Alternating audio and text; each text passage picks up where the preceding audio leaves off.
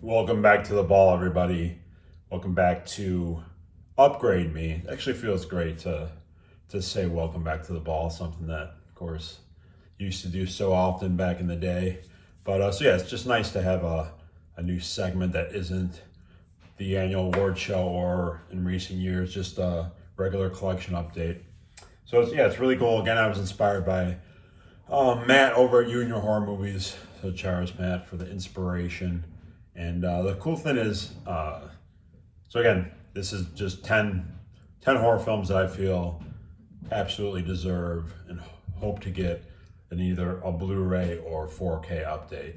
And this is the Asian edition, part one. There's going to be multiple. I could probably do at least three, so we'll see. But this is part one. Absolutely adore Asian cinema. Wearing the shirt here. And a lot of these films here are going to be that I show will be from in that early 2K, mid 2K era when contemporary Asian cinema was really prolific. And it was such, for any of you out there that were into it at the time, it was such a exciting time. I remember getting in, and I'm trying to think like what those watershed films were. I would say like probably Takashi Miike's Audition in '99, and then a couple of years later, you of course had Ju-on, The Grudge, and kind of those series of films, and that's really, I think, kickstarted the whole, I guess you could say, contemporary modern Asian horror renaissance. And then you got into those early 2Ks, mid 2Ks, and there was just tons of great films. Of course, some not so great films.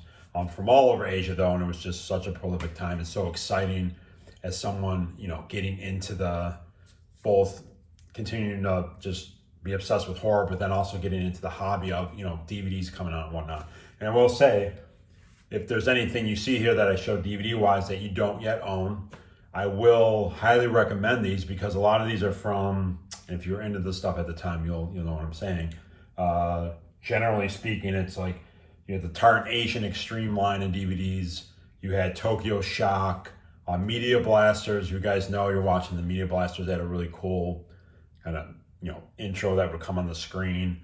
And the cool thing is, I will say, sure, the transfers on these, obviously they're DVD and in some cases earlier DVD releases. So the transfer is what's really lacking. But I will say, all of these films, and this goes for non-Asian films too, just horror films that were released in the early to mid 2Ks, or generally speaking, in stereo sound. So they sound fantastic. We have a nice Sonos surround sound speaker, and all these DVDs sound great. So if there's something here you see that you're interested in, us of course not knowing, but hoping that it gets the upgrade that we want, I do highly recommend picking up the DVD because, again, a little lacking visually, but auditory, they sound great, especially if you have a surround sound speaker. So a lot of the majority of the titles are from that era, and most of them are from those labels, which again was such an exciting time. But before I get to that, I want to quickly Moods, my bro Moods from 22 Shots, recently also did a video, kind of in response to what Matt had done, and then I had done the video, which is really cool. And he had brought up that point how, like, back in the day, in those early YouTube days for all of us that were doing it a long time ago, it was really cool. It kind of gave him the feel of that era when it was like we had, like I just said, response videos, shout out videos, right? Or just shout outs in general, tributes, all that stuff. Remember contests, stuff like that. So I thought it was cool that Moods brought that up, and definitely nostalgic in that way when we were all at least when I was more active on YouTube. And so in the spirit of that, I wanted to do an old school just shout out channel recommendation. Probably something I should just do anyway, since I'm hopefully going to be a little more active on here now. So I want to give one a guy I found somewhat recently. His title of his channel is Slipcover Steve, and it's actually a parody channel, and his videos are legitimately funny. I laugh out loud, literally, at times. And he basically makes fun of the hobby, all of us, which I think it's very cool. He's very entertaining, and as someone who back in the day really prided myself on at least attempting to add some humor and comedic elements to the horror collecting scene and community, whatever you want to say. I really enjoyed doing those skits back in the day. It's something I really miss doing. So it's nice to see someone who is doing so well at definitely creating some laughs. So highly recommend Slipcover Steve, and as he would say, keep slipping.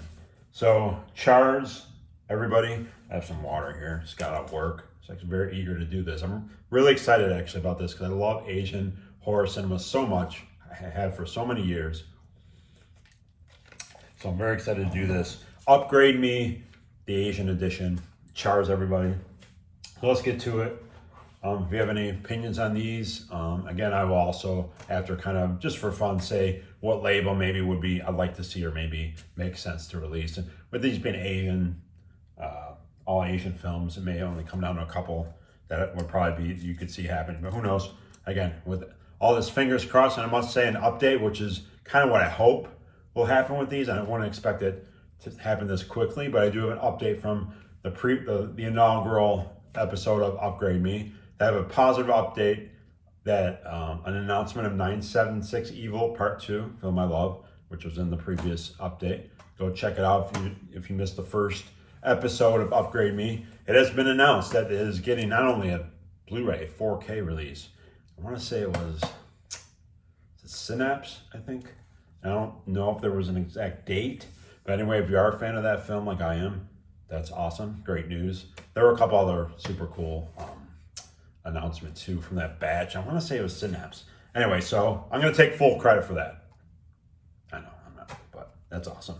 I hope the same thing, the same strike of collecting luck, upgrade luck strikes one or two of these films, hopefully. So get right to it. From 2006. This is a Korean film, Bloody Reunion. Sorry for the glare. By the way, we are here in Nightmare Museum. This is adjacent to Nightmare Video. So this is where, I'll eventually, I know a lot of people have asked me, I'll eventually do a full tour. It's not at that point yet, but you can see some of the goodies behind me. Anyway, Bloody Reunion, Korean slasher film. Man, I remember first seeing this. Love it so much. Very gory. Basically a group of students who are now grown up. I want to say probably like college, post-college life. They get invited to one of their teachers. She basically lives like a nice waterfront, very nice waterfront property. And they're invited. They haven't seen each other all in a long time. They're invited to see the teacher, essentially a class reunion, you could say.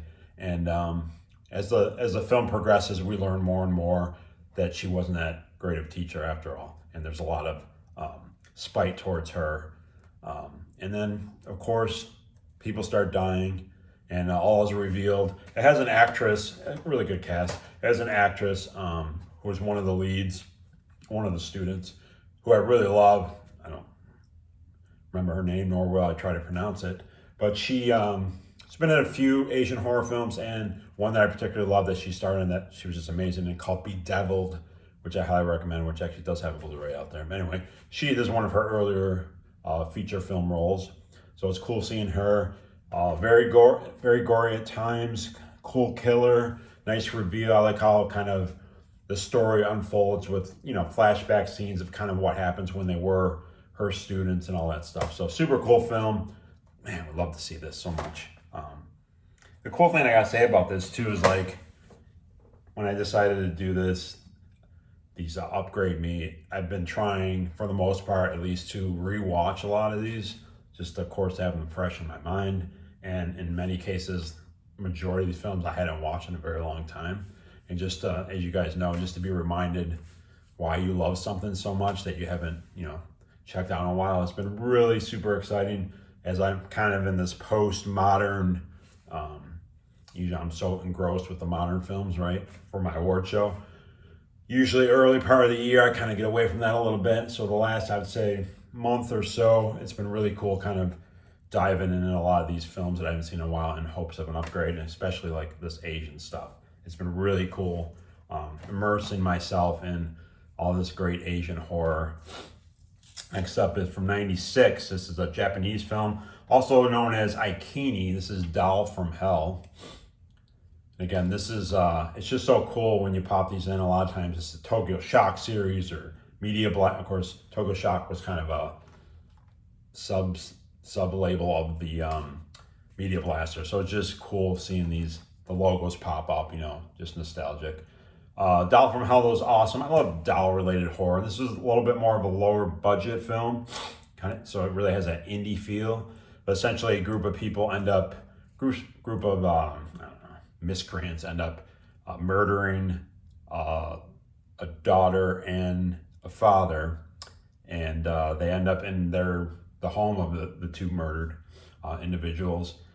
And the father is a doll maker, and his daughter was sick at the time, and he had to be making a doll, just a model version of her. So this full-size doll ends up, of course, becoming the father. Before he passes, he ends up putting a spell on the doll, essentially, that he made, brings her to life, and of course the doll ends up wreaking havoc on those that wronged her.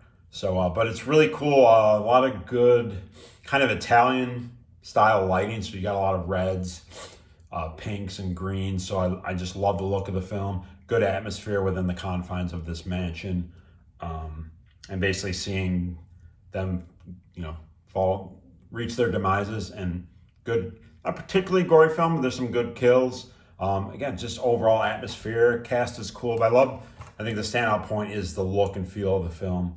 And the doll looks really cool, full size, and super cool film. Cool score as well. So it would just be so great to see this, especially with how well it is visually. To have a Blu-ray would be super cool. Doll from Hell. Let me know if you've seen any of these guys. If you're with me on the hopes for an upgrade. This is from a bit more recent of a film from 2010. From Hong Kong. This is Dream Home. I actually really like that cover. I would like to see that. Actually, I forgot to mention who I could see release some of those other ones. I could see, I don't know, I think Severin could release Doll from Hell. I think that would be cool. Bloody Reunion. Of course, the obvious choice for you guys really into collecting, a great, somewhat new label. It's been a couple of years now, but Error 444, who strictly releases Asian films, doing so many great things. That would be obviously the obvious and ultimate label to release any of these films. They release them with nice slipcovers and stickers. You get all the bells and whistles that slipcover Steve would make fun of us for.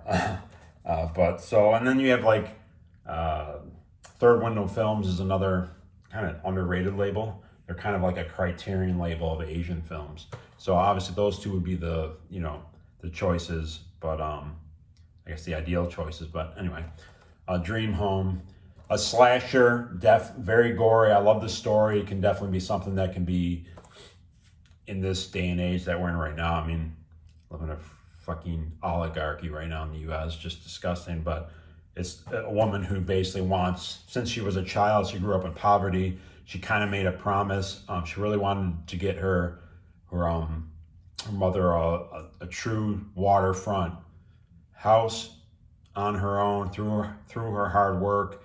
And this is kind of all at the time a social commentary on what the housing market was like in Hong Kong and how difficult it was. In reality, it's now, again, we can relate this to how ridiculous how things are in the US right now. But and she basically gets priced out of the market. One that she's been literally saving up for. There's times where her coworkers ask her to go out for some drinks and she declines because she's literally saving all her money. And she gets to the point where she finds a property she wants that she can barely afford, and it literally comes down to essentially the closing day, and she ends up late because of traffic, and basically the sellers change their mind and they got a much better offer. So the price, the market literally skyrocketed and priced her out, and then she was completely devastated over losing her dream home. They do a great job with the narrative, kind of flashbacking to her as a young child, again with her difficult upbringing, And basically, she loses it. No mystery here who the killer is. She is the killer, and she basically goes on a slashing spree and has lost her mind. Great, inventive, gory kills. I guess literally the only complaint I would have in this film. There's a little bit of CGI embellishment here and there on a couple of the kills, but that would be my lone gripe. Lead actress, she's awesome, fantastic actress, and you're really one of those like sympathetic protagonists that you feel really bad for her. So again, a bit of a social economical commentary mixed with some awesome mean-spirited kills. I don't know who would release that. It's an IFC Midnight. Remember that label back in the day? Man, I don't know if there's like someone I could think of that, since it's more of a modern film. This one's an Indonesian film from 2009. I know this has a pretty good following out there. I see people here and there mention this film. Macabre. Look at that great cover there. I would like to see that stay on the cover. She is great. So basically, somewhat of a derivative premise, but group of friends on a road trip, and something happens. I don't remember if it was like the typical car breakdown or something. I can't quite remember. They end up at this house. There's a storm, of course, bad thunderstorm, rainstorm, and the owners of this house invite them, hey, crash here a little while. One of the women is pregnant. So like, hey, we'll wait for the storm to subside, crash here tonight if you need to. And of course, they end up being cannibals, the owners of the property. And all hell breaks loose, and they're in a fight for their lives, including the unfortunate pregnant woman. So this, you talk about gory, like this is very gory. This is a great one for the gore hounds. Practical effects, very bloody, and the head of the family here, who they give a little bit of insight, which I think a little bit of tongue-in-cheek wink to the camera as far as what her past is like. I think a lot of pure horror fans really enjoy the reveal there. But yeah, likable cast, good acting. That's the thing with like Asian cinema in general. Of course, I'm generalizing here, but overall, it has a distinct vibe, regardless of what exact region and country it's coming from. But generally speaking, I think the strength of Asian cinema is, despite its like distinct feel, is the writing is always really good, if not like elite. And then I think generally speaking, the acting is really good. So I think that's something that, obviously like anything else, you have any region, you have very varying budgets, but I think as a whole, I think that's attributes to Asian cinema that I think is pretty consistent. And the same goes for this one. Somebody released Macabre. I could definitely see Era 444 releasing that one, especially with how gory it is. Speaking of gore, another one that's very gory. This one's from 2009, a Thai film, Meat Grinder. This was really cool rewatching this one recently, and they, of course, we always say how stupid quotes are, but they say like, Saw was just an appetizer, welcome to the main course. And it's kind of deceiving because you look at the name, Meat Grinder, and like references to Saw, so you kind of think it's just going to be torture porn extreme. I would call it an extreme horror film, but definitely would not call it torture porn. That's definitely, if you guys remember that heyday of when that kind of with Saw and Hostel and all that stuff. Definitely a subgenre that was, I think, fortunately short-lived, because I wasn't really a big fan of I love gore and extremity, but when it's just like for the sake of it, not really my cup of tea. But anyway, there actually is some social commentary to this film about a young woman who struggling financially. She's a very talented cook, so she has essentially a little restaurant where she makes some delicious soup, and of course it's revealed that she's using actual people, which of course is something that has been done before, especially in Asian cinema. I mean, you have dumplings and Untold Story, but unlike those films, I think this one's a lot more deeper, and it's more of a character study on the lead actress, and you definitely, again, she's sympathetic, I think, but the kills, some of the kills and gore are really nasty. pretty graphic. So it's definitely one for the gorehounds. And then as the film progresses, it kind of definitely delves more into like her past and what she's dealing with mentally. So you're definitely connected to the character. So it's got some substance to it. It's a gore fest. It's extreme plot wise, but it has some substance to it. So it's also really well shot, which lends a lot more credibility to it as far as an extreme film. Lots of like slow zooms, which is great. Some great lighting, which is kind of, I guess, unexpected when I first watched it. I didn't expect it to look that good. So this, again, perfect example visually too that would really benefit from an upgrade. Meat Grinder, that'd be so cool. I'm gonna go with Third Window Films on that one. I think they could release that. Here's one. Oh, I want this one so bad. Definitely kind of had those top films right there. I'd love to see an upgrade. Luckily, a couple of them it's come to fruition recently with, I always bring up Spider Labyrinth. That's been my number one for years. And then Demons 5, The Veil, aka Mask of Satan, which once again Severin came through with that one last year. Both Italian films. But so this would be pretty much up there right now, next up on my like most desired want list. And this is going back a little bit here. 1984, Hong Kong, height of the Cat 3 era, right? Or a little bit earlier than that. And that's The Rape After. This is a bootleg.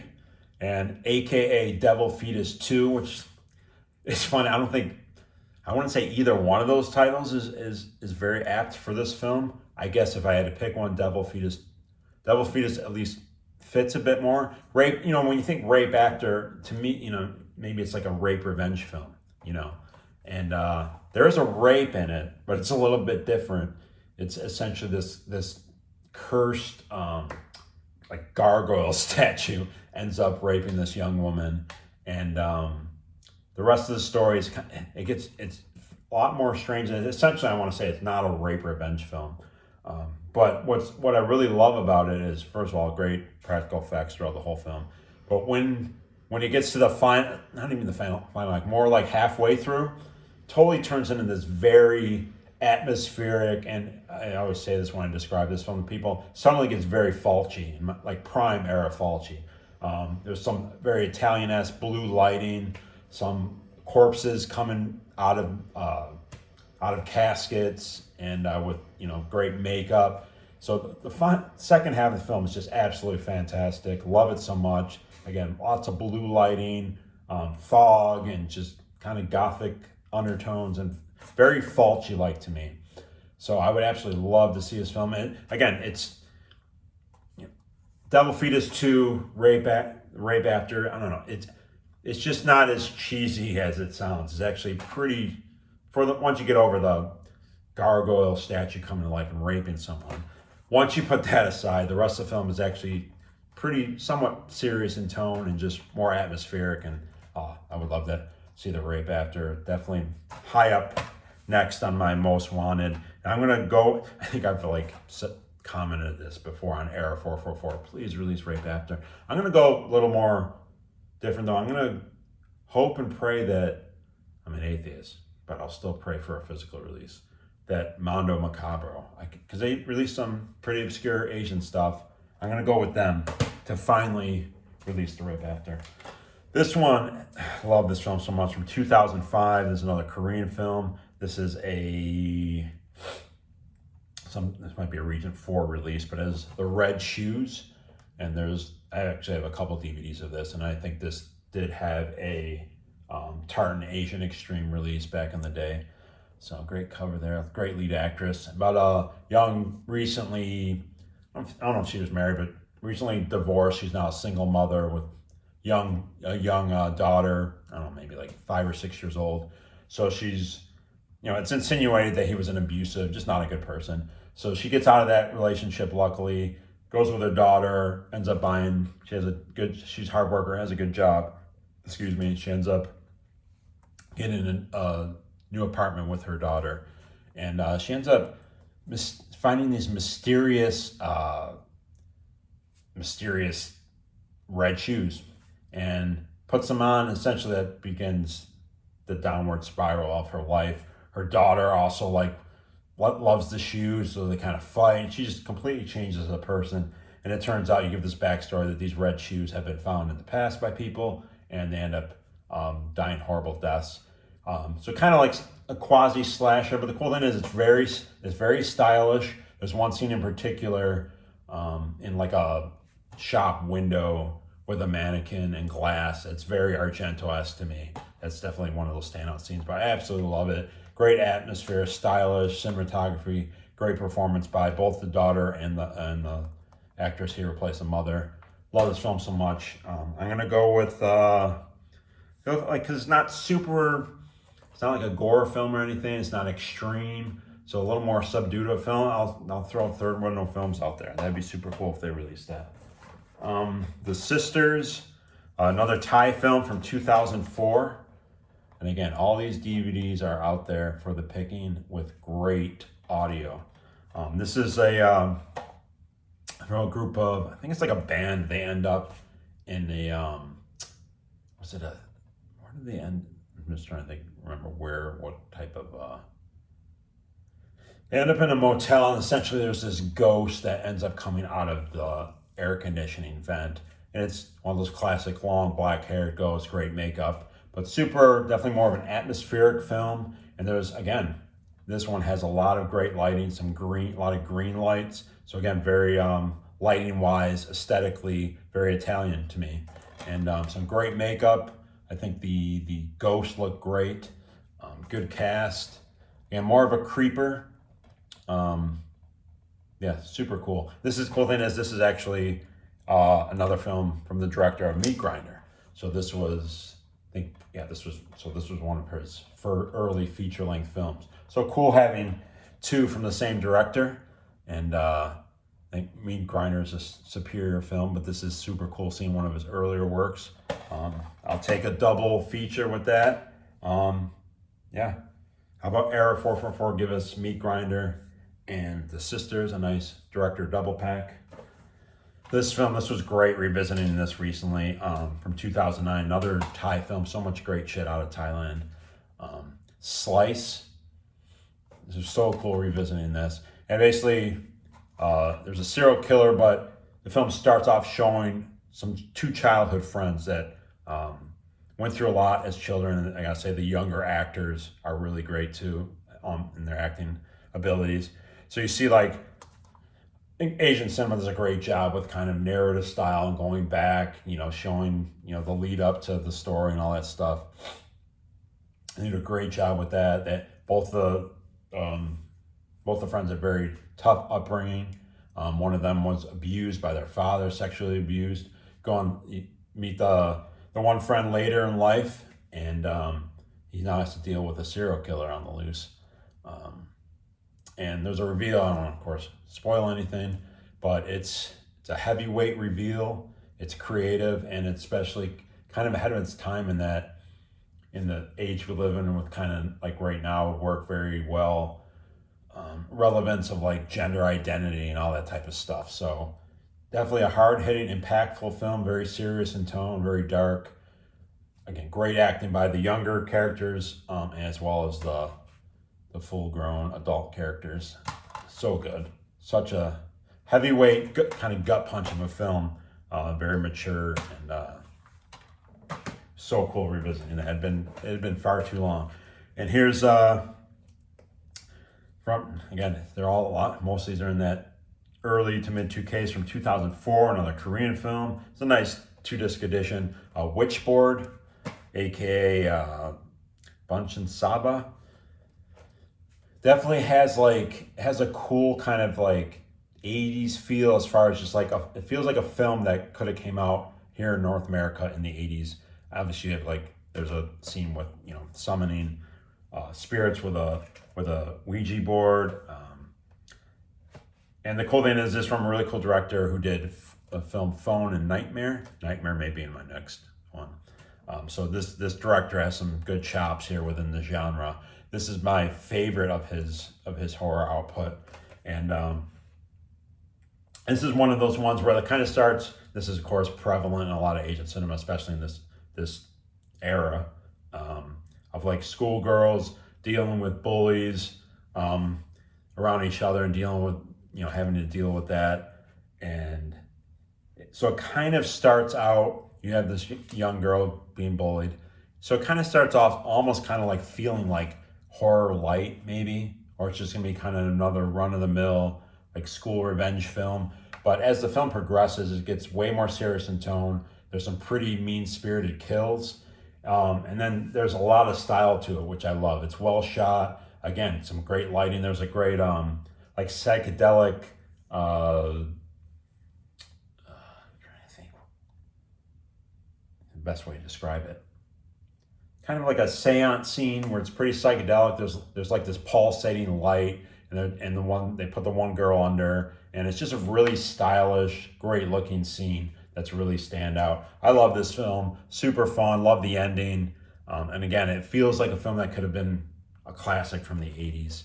But man, this would be so cool to have Witchboard be put out. I'm gonna go with the thing about Mondo Macabro is they don't do a lot of more modern stuff. I mean, occasionally, but most of their output is like, forgotten films from kind of like a little bit further back. But I'll take anything for Witchboard, man. Whoever does it, just give it to us.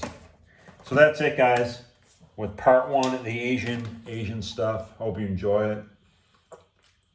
Let me know if there's any of these that you are fans of, or maybe you sound intriguing. Again, as far as I know, all these DVDs are still available, at least secondhand, maybe on eBay. And they sound fantastic, every single one of them. And it's been an absolute joy revisiting these in preparation of this series that I hope you enjoy. Like, subscribe. It's seriously, guys, it's really cool to be back, at least on a somewhat regular basis. And thanks for watching. Again, go back and watch first episode of Upgrade Me.